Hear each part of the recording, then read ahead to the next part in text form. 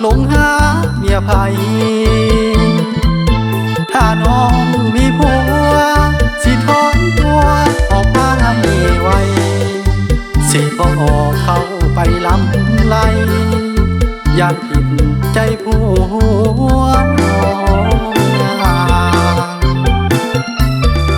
ว่าจังใดต่อไปมาแน่คนงามอยากรู้จึงถามคนงามมีผัวหรือยังถ้า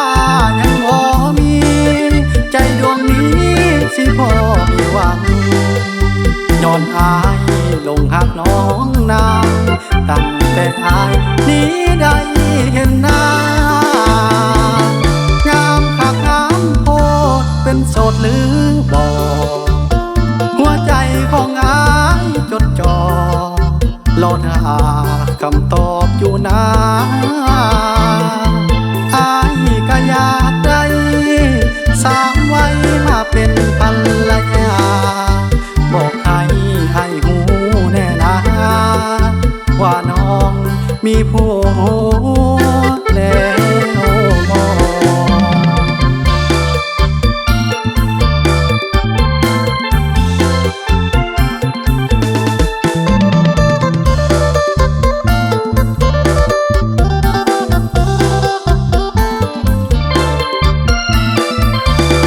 ว่าจังใดต่อไปมาแน่คนงามอยากรู้จึงถามคนงามมีผัวหรือยังถ้ายังบ่มีใจดวงนี้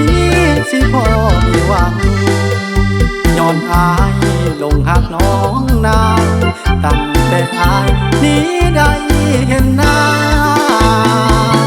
งามคักงามโพดเป็นโสดหรือบ่หัวใจของอายจดจ่อรอหาคำตอบอยู่นะอายก็อยากได้สามไว้มาเป็นภรรยาบอกให้หูแน่นะว่าน้องมีผัวแล้วบ่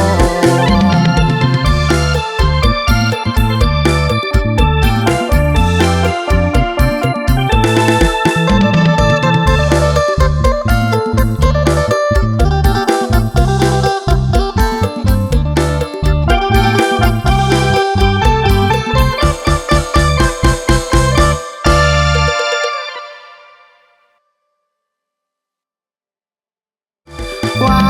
จังใดต่อไปมาแน่คนงามอยากรู้จึงถามคนงามมีผัวหรือยังถ้ายังบ่มีใจดวงนี้สิพอมีหวังย้อนอายลงหักน้องนางตั้งแต่อายนี้ได้เห็นหน้า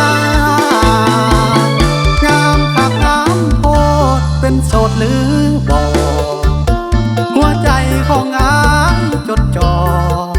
รอหาคำตอบอยู่นะอายก็อยากได้สาม